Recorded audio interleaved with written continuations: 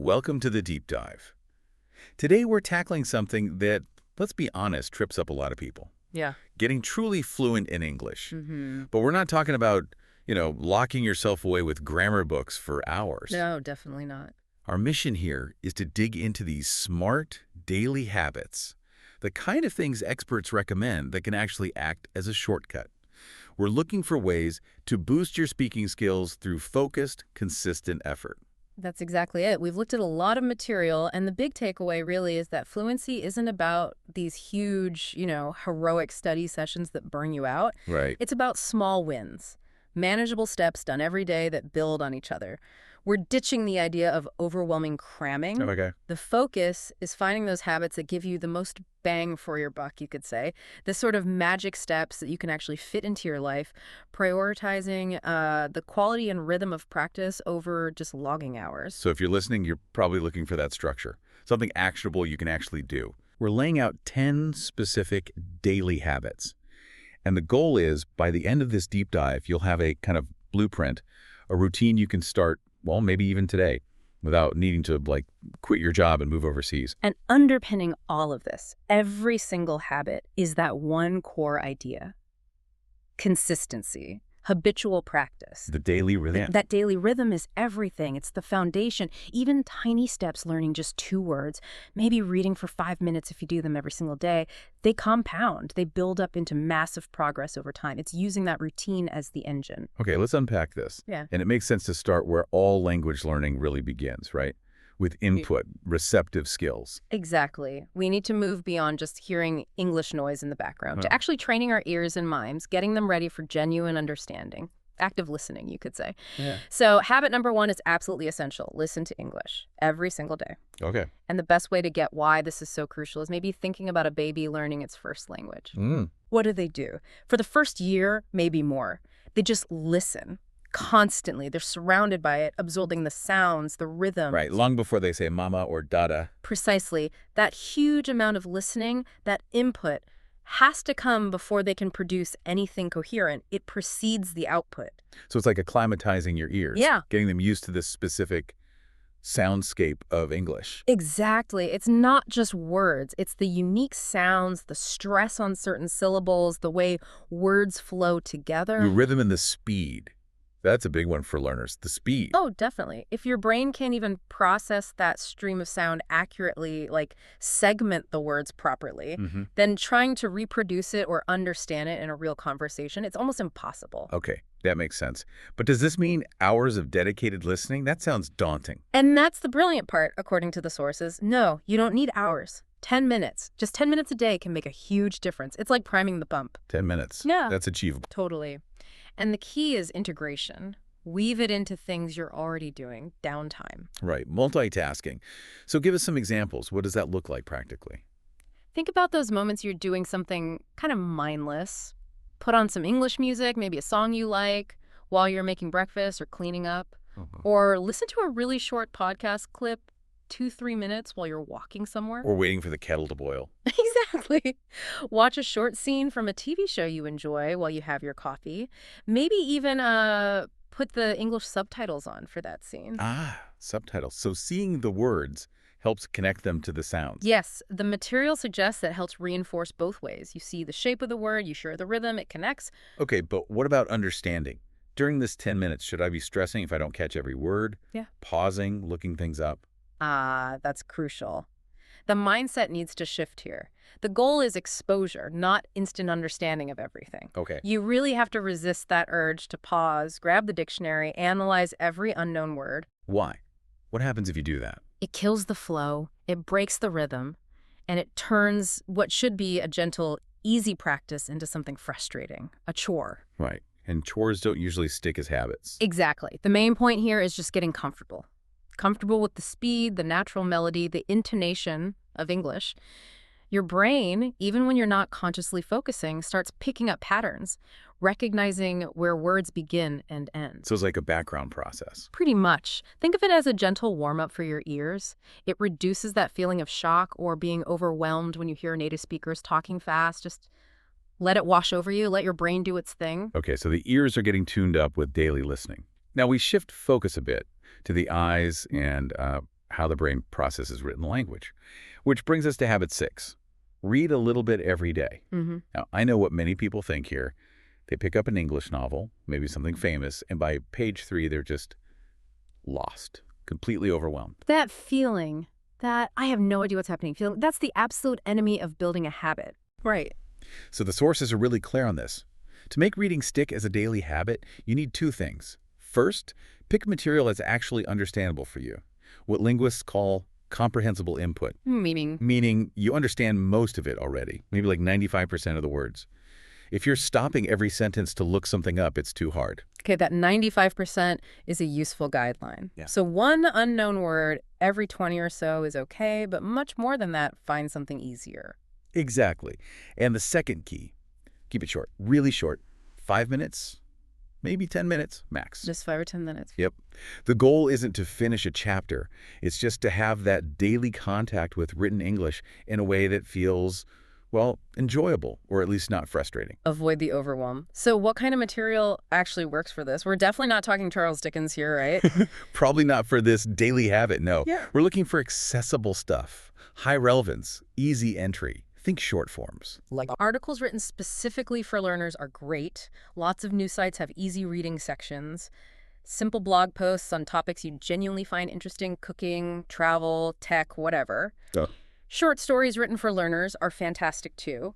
But honestly, don't overlook the digital stuff. Right. Social media. Read posts, captions, comments from native speakers you follow, or short online reviews for products or movies. Reading Instagram captions, that's actually kind of genius. Isn't it? Because people are often already doing that, scrolling through feeds. If you just follow a few accounts in English related to your interest, boom, instant built-in reading practice. Exactly. You're slotting it into an existing routine, and the language is usually quite current, common language, slang sometimes too. Okay, so it's accessible and easy to integrate. Right. What are the deeper benefits, though, beyond just recognizing words? Well, vocabulary is a big one. But it's how you learn the vocabulary. Reading shows you new words in context. Not just a list. Right. Our brains don't remember words in isolation very well. We remember them linked to other ideas, how they're used in a sentence. Seeing a word used naturally helps it stick way better than just a dictionary definition. That makes sense. It's more meaningful. Much more. It builds those connections in your brain. Yeah. And then there's grammar. Right. Reading doesn't feel like studying grammar rules, but I suspect it's helping there too. Oh, immensely. It's like stealth grammar learning. Stealth grammar, I like that. By reading correctly structured sentences day after day, even just for a few minutes, you're constantly exposing your brain to how English should look and sound. It reinforces those patterns subconsciously.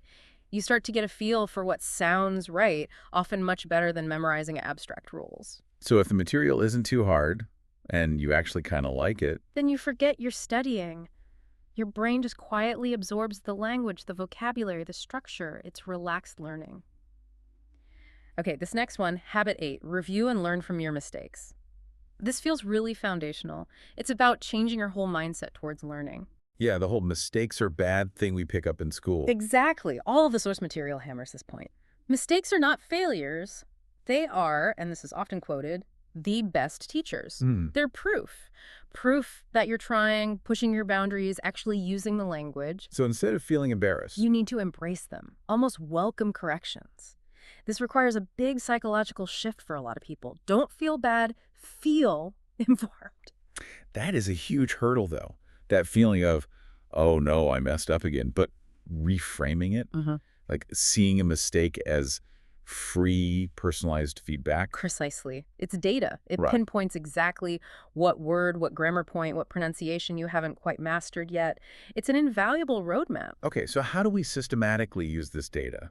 It's not enough just to be told you're wrong. No, you need a system. And it's basically twofold. First, the attitude. When a teacher or a friend or a language partner corrects you, listen, happily, gratefully even. They're helping you. Easier said than done sometimes, but okay. Attitude first, what's second? A concrete tool, something simple. The mistake notebook. Okay, doesn't have to be fancy, right?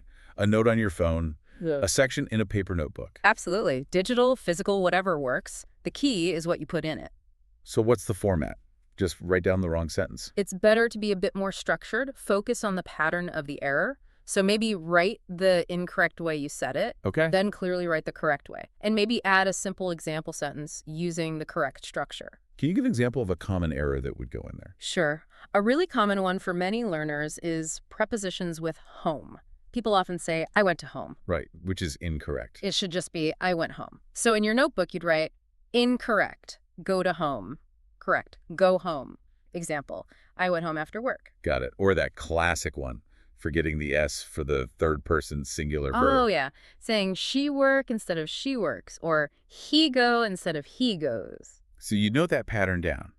Third person singular present tense needs an S. Example, he likes coffee. Not he like coffee. Exactly. And then the crucial part is reviewing this notebook regularly. Maybe just for 5 minutes a day. Why review? Because that's how you spot your recurring issues. You might see you make the same preposition mistake over and over, or you keep forgetting that embarrass. Ah, so the notebook shows you your personal weak spots, your learning priorities. It's your personalized curriculum. It tells you exactly where to focus your attention for maximum improvement. So by actively collecting and reviewing these errors, you're turning those moments of maybe embarrassment Into solid, long-term learning. You're fixing the specific gaps in your knowledge. It's incredibly efficient. Okay, so we've laid the groundwork with input, listening, reading, and we've got a system for handling mistakes. Now let's shift gears. We're moving into what you could call active internal practice. This feels like a really important middle step. It is. It's about practicing English, activating what you know, but without the pressure of having someone listening. Yet. Right. Preparing your mind, maybe even your mouth, for the real thing. Okay, habit number 4. Think in English. This one sounds internal, almost invisible. It is. It's like having a secret conversation entirely inside your own head. But it sounds hard to actually do. How do you just switch your thoughts? It takes conscious effort, especially at first. It demands a kind of mental vigilance throughout the day. So as I'm walking around doing stuff. Exactly. When you're doing routine things, washing the dishes, maybe waiting for a bus, driving you, consciously try to form simple thoughts directly in English. Like what kind of thoughts? Super simple stuff. If you're making coffee, you think, okay, need the filter. Where's the coffee? Ah, here it is, need water. Just narrating your actions, but in English. Okay, but what's the real benefit here? It feels a bit like just talking to yourself silently. The main benefit, and this is huge for fluency, is breaking the translation habit. Ah, that loop. Thinking in your native language, translating, then speaking. Exactly. That process is what makes so many learners sound slow and hesitant. It's like there's a delay. Thinking directly in English bypasses that whole translation step. Yeah. It creates a direct wire from the thought to the English expression. It builds speed. Okay, direct mental wiring. I get that. Yeah. But for someone just starting out, thinking complex thoughts in English seems impossible. And it probably is. So you don't start there. You start simple. Really simple. How simple? Start with just labeling things in your head. Yeah. See a chair. Think, that is a chair. It's brown. See your phone. My phone. Need to charge it. Just nouns and simple descriptions. Okay, labeling. Then what? Then move to describing your immediate actions or feelings. I am walking now. I feel tired. This soup is hot. Little sentences. Tiny sentences. Then maybe express simple needs or plans. I need to buy milk later. I think I'll watch a movie tonight. Keep it basic. And the beauty is it's totally private. Oh. Low stress. Completely. If you mentally stumble, try to form a sentence, and it comes out wrong in your head, who cares? Nobody knows? You just try again or simplify it. There's zero pressure, zero judgment. It's pure mental rehearsal space. So you're practicing forming sentences, retrieving words all day long in the background. Exactly. It keeps English active in your mind, connecting it directly to your real life, not just keeping it in a study box you only open occasionally. Okay. If thinking in English is the silent, secret conversation, habit 5 feels like the next logical step. Making it audible. Talk to yourself. Precisely. This is taking that internal practice from habit 4 and actually engaging the physical parts of speaking out loud, even when you're alone. Like in the shower. Or driving. Those are perfect examples. Places where you're alone and unlikely to be interrupted, or just in your room while getting ready. What does this add that just thinking doesn't? A few really important things. First, confidence. It sounds basic, But many learners are genuinely uncomfortable hearing their own voice produce English sounds. Right, it sounds weird to them. Exactly. Yeah. Talking to yourself, hearing yourself speak English regularly helps normalize that sound. It makes it feel less foreign, less strange. Okay, confidence. What else? Word retrieval speed. You know that feeling where you know the word, it's on the tip of your tongue. Oh, yes. So frustrating. But it just won't come out when you need it in conversation. Talking to yourself actively practices pulling those words out faster. It strengthens the connection between your brain's vocabulary store and your mouth. It's like oiling the machinery. Kinda, yeah. It's forcing you to retrieve and articulate words more quickly than silent thought requires. And it's the ultimate safe space. Zero judgment. So you can practice sentence structures out loud, maybe stumble a bit. Notice your own pauses, maybe where you hesitate. You can even self-correct out loud. Wait, that didn't sound right. Let me try that again. It prepares you for the mechanics of a real conversation. But, oh, okay, let's address the elephant in the room. Or maybe the person muttering in the car next to us. Isn't it a bit odd, talking to yourself? It can feel odd at first, absolutely. And maybe don't do it loudly on a crowded bus. Good tip. But the benefits are too good to skip just because it feels a bit strange initially. That's why private spaces like the shower or the car are ideal. It's contained. And you can use this time strategically too, right? Well, definitely. This is a perfect time to integrate other habits. Try saying sentences using those 1 to 3 new words you learned today. We'll get to that habit. Oh, yes. Or try repeating a sentence you heard in your listening practice, focusing on the intonation like you practiced with shadowing. So it becomes active practice time for multiple skills. Exactly. It's the essential bridge. Taking what you know internally and starting to push it out externally activates the speaking muscles, builds confidence, costs nothing but a little bit of intentional noise. Okay, let's backtrack slightly on the numbers to habit 3, because you just mentioned it. Learn 1 to 3 new words a day. Now, expert, be honest. 1 to 3. That sounds incredibly slow. If someone's really serious, shouldn't they be aiming for, like, 10, 20 words a day, trying to hammer them in? The classic more must be better trap. Our sources are incredibly consistent on this. Trying to learn, say, 20 words a day is almost always counterproductive. It's the definition of quantity over quality. Why? What goes wrong? Cognitive overload, mainly. You might manage to memorize them for a quiz tomorrow using flashcards, but a week later, you'll likely have forgotten 80% of them because you haven't truly learned them. You haven't learned how to use them. The effort is largely wasted. Okay, so 1 to 3, the small number is deliberate. It's deliberately small because it's sustainable. It's manageable. You can actually do it every single day without burning out. And because the number is small, You can go deeper with each word. exactly, you dedicate more brain power to really understanding and integrating each one. The focus isn't just the definition from the dictionary. What should the focus be then for each new word? 3 key things. 1, understand the meaning, yes, but also nuances, different contexts it can be used in. 2, get the pronunciation right. Say it out loud correctly. Okay, meaning pronunciation. Yeah. That's 3. And this is the most critical part. Use it immediately. Create 2 or 3 simple, original sentences using that word in a way that's relevant to you or something you understand. Putting it into practice straight away. Yes, that's what integrates it into your active vocabulary, connects it to other things you know. You're not just storing a definition, you're learning its function. This sounds like it needs a system. How do you track these words and make sure you don't forget yesterday's 3 words? You definitely need a system. A vocabulary notebook is perfect again, digital or paper. Okay. And the absolute key for retention is review. Spaced repetition is the gold standard, Right. meaning you don't just look at today's words, you must review yesterday's words and maybe the words from 3 days ago. That regular spaced out review is what locks them into long-term memory. Okay, review is crucial. Now, let's do the math here, because this is where that 1 to 3 words starts to sound powerful. Yeah. If you learn, say, just 3 new words consistently every day, that's 21 words in a week, which is over 80 words in a month. More like 90, actually. How are you going? And over a year. 3 words a day times 365. That's nearly 1,100 new words. Exactly. Almost 1,100 functional words. Words you've practiced using in sentences, words you've reviewed. That is significant vocabulary growth. Wow. Okay, that's the aha moment. Mm-hmm. That slow and steady consistency builds up massively. It really does beat cramming. Absolutely. Small, manageable, consistent steps lead to huge results over time. Okay, our last internal practice habit before we move to full output is habit 7. Write a short journal entry.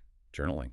That can feel like a big task for some people. Like, what do I even write about? And that's why, again, the key here is the constraint. Keep it incredibly short. We are talking maybe just 3 or 4 sentences a day, max. Not 3 or 4 sentences, seriously. Seriously. That tiny commitment is what makes it doable daily. It prevents the writing task from feeling overwhelming, like you have to produce a masterpiece every day. Okay, so manageability is key. What kind of things should you write about in those 3 sentences? Keep it simple. Reflect on your day. Today I went to the park. The weather was nice. I saw a big dog. Done. That simple. That simple. Or write about how you're feeling. I feel tired today. I have a meeting soon. I hope it goes well. Or maybe summarize something interesting you read or learned. Like connecting back to the reading habit. Exactly. I read an article about space travel. It said rockets are expensive. I learned the word propulsion. Okay, so the content is easy. What's the language learning benefit of just 3 sentences? It's active production practice. Writing forces you to consciously construct sentences.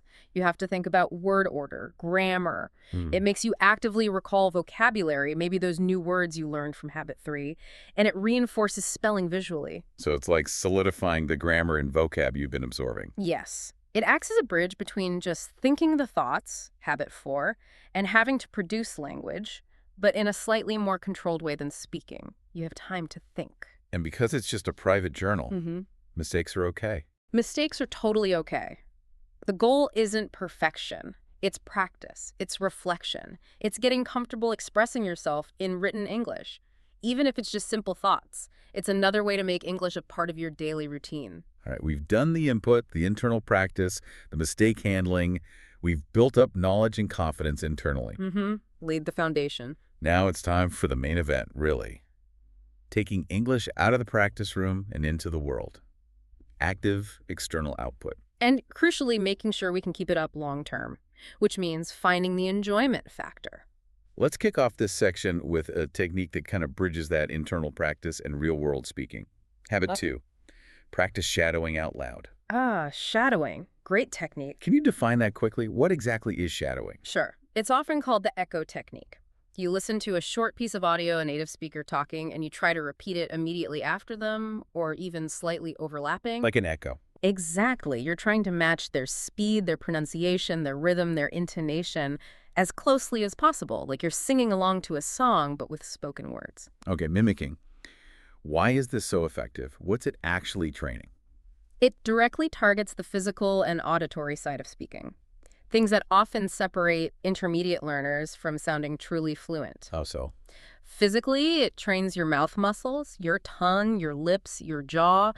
It gets them used to making English sounds smoothly and quickly, one after another. Building muscle memory for speech. Precisely. Your brain starts making stronger connections between the sound it hears and the precise muscle movements needed to make that sound. It becomes more automatic. And you mentioned intonation, that melody of English. Yes. This is huge. English relies heavily on intonation, the rise and fall of the voice, to convey meaning, emotion, questions versus statements. Just reading silently doesn't train that. But mimicking does. Shadowing forces you to copy those patterns. You start to internalize the natural rhythm and melody of spoken English, which makes your own speech sound much more natural and easier for others to understand.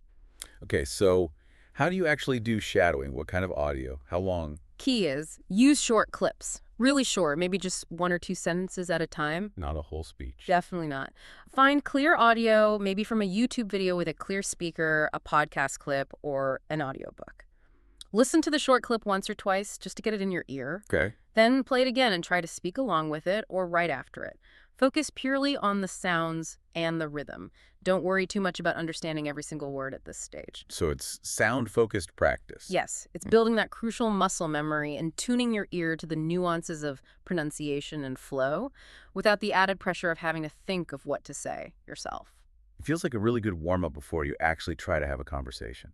It's a perfect warm-up. It gets the speaking engine revving, focusing just on the mechanics. It breaks down that barrier between listening and speaking. And that leads us perfectly into what feels like the final boss level. Habit 9, speak with a partner or an app. The moment of truth. This is where everything comes together, right? But it's also, let's be honest, the scariest step for many people. It often is, yes. but it is absolutely essential. You cannot reach real fluency without actually speaking with other people. It integrates and tests every single skill we've discussed. Under pressure. Real-time pressure. Exactly. You have to listen, understand, formulate a response, retrieve words, use grammar, pronounce clearly, all at conversational speed. Think on your feet. Okay, it's necessary. How often? Do you need long conversations? Again, consistency trumps duration. Ugh. That daily habit principle still applies. 5 minutes of real conversation every day is way more powerful for building fluency and comfort than one long, stressful hour once a week. Just 5 minutes. That makes it seem less intimidating. Frequency is key. Short, regular practice builds stamina and reduces anxiety. But what if someone says, I don't know any native speakers, or I live somewhere where nobody speaks English, or just, I'm way too shy? These are common, valid concerns, but thankfully, technology offers great solutions now. Like what? Online language exchange partners are fantastic. Websites and apps connect you with native English speakers who want to learn your language. You chat for half the time in English, half in their target language. It's a free exchange. Okay, language exchange. What else? There are also dedicated language practice apps. Some connect you with other learners for practice, others connect you with tutors or native speakers for short, paid, or sometimes free conversation sessions specifically designed for practice. So access isn't really the barrier it used to be. Not really. The bigger barrier is often psychological, that shyness, the fear of making mistakes in front of someone. Yeah. How do you push past that initial anxiety? Just hitting call can feel terrifying. Gradual steps. Don't jump straight into a video call if that feels like too much. Start smaller. Much smaller. Maybe start by exchanging voice messages first. Use an app like WhatsApp or a language exchange platform feature. Send a short 1-minute message talking about your day. Okay, voice notes first. Less pressure. Way less pressure. Get comfortable with that. Then, maybe agree to a super short-lived call, 5 or 10 minutes. And maybe even agree on the topic beforehand. Keep it simple. Food, hobbies, weekend plans, low stakes. Build up the comfort level slowly. Exactly. That gradual ramp up makes it manageable, but you do need to eventually get to that live interaction. Because that's the real test. It's the real-world performance. It forces you to deal with real spoken English, hesitations, interruptions, different accents. It connects all the dots from the other habits into actual functional communication. Okay, we've covered 9 habits, from listening all the way to speaking. But we land now on habit 10, which our sources kept highlighting. They often called it the most important habit of all. Enjoy English every day. Yes, absolutely fundamental. The motivation imperative. Why is enjoyment ranked so highly, above specific skills practice? Because if it's not enjoyable, if it feels like a constant chore, like boring homework, what happens? Stop doing it. You stop doing it. Especially when life gets busy or you feel like you're not progressing fast enough, that daily consistency we've been stressing, it completely falls apart if there's no enjoyment, no positive reinforcement. So the enjoyment is the fuel that keeps the consistency engine running. Perfectly put. English learning needs to be woven into the parts of your life you already find rewarding and fun, not just kept in a separate, dull study box. Okay, that sounds good in theory, but how do you consciously make English enjoyable, especially if you associate it with difficult tests or classes? You hijack your existing hobbies, find things you already love doing, things that give you that dopamine hit, and just switch the language to English. Give me some examples. Okay. Do you like watching movies or TV shows? Watch them in English. Start with English subtitles if you need them. Then, as you get better, try turning the subtitles off for short periods. The story, the characters, the entertainment value that keeps you engaged, even when the language is challenging. Makes sense. What else? Music. Huge one. Listen to English songs, look up the lyrics, and this is key, sing along. Sing along. Why is that so good? It's fantastic practice for rhythm, pronunciation, linking sounds, intonation, all the stuff we talked about with shattering. But it's fun. You're just enjoying the music. Okay, movies, music. What about gamers? Lots of people play video games. Perfect opportunity. Switch the game's language settings to English. You'll be reading instructions, dialogues, menus. It's active reading and vocabulary practice embedded in something you find inherently rewarding. You're learning without feeling like you're learning. Exactly. The possibilities are endless. Love cooking. Watch English cooking videos on YouTube. Follow sports. Read sports news and blogs in English. Love fashion. Follow English-speaking fashion influencers. You find your passion, and then you find English content related to that passion. Yes. You connect the language to activities that already trigger positive emotions. And does this actually accelerate fluency? Or is it just fun time? It absolutely accelerates it because when you enjoy something, you naturally want to do it more often, right? Okay. So you end up spending more time exposed to and interacting with English voluntarily. That increased enjoyable exposure is precisely what speeds up progress. It makes the daily habit feel effortless, even desirable. Hashtag tag tag outro. Wow. Okay, so this deep dive has really laid out a very clear path, hasn't it? 10 distinct habits, all feeding into each other. And the big message seems to be, forget the giant, overwhelming study marathons. Real, lasting fluency comes from these small, consistent daily steps. That's the core finding. So just to recap quickly for everyone listening, listen every day. Practice shadowing those sounds. Learn just 1 to 3 new words, but learn them well. Think in English during your day. Talk to yourself out loud. Read a little bit of something easy. Write a short journal entry. Learn from your mistakes. See them as data. Speak, even just for 5 minutes, with a partner or app. And crucially, Find ways to enjoy English every single day. Make it part of the fun stuff. it's a really structured, integrated approach. It feels like it gives you the tools to actually manage learning without getting totally swamped. It does. Each habit supports the others. You build the internal skills and confidence before you really need to perform externally. And remember that daily rhythm, that consistency, it's not just a nice to have. It's your absolute best friend on this journey. Right. So here's a final thought to leave you with as you process all this. Hmm. Something to chew on. Okay. We've talked about 10 powerful habits. And maybe the most powerful thing about them is Yeah. they're essentially free. They cost time, yes, and commitment. But no expensive software or courses are strictly necessary. So, considering how quickly these small daily actions add up, nearly 1,100 new words in a year, countless hours of listening, thinking, speaking practice, here's the question. What's one activity, something familiar you already do every single day, you can flip into an English practice opportunity starting right now?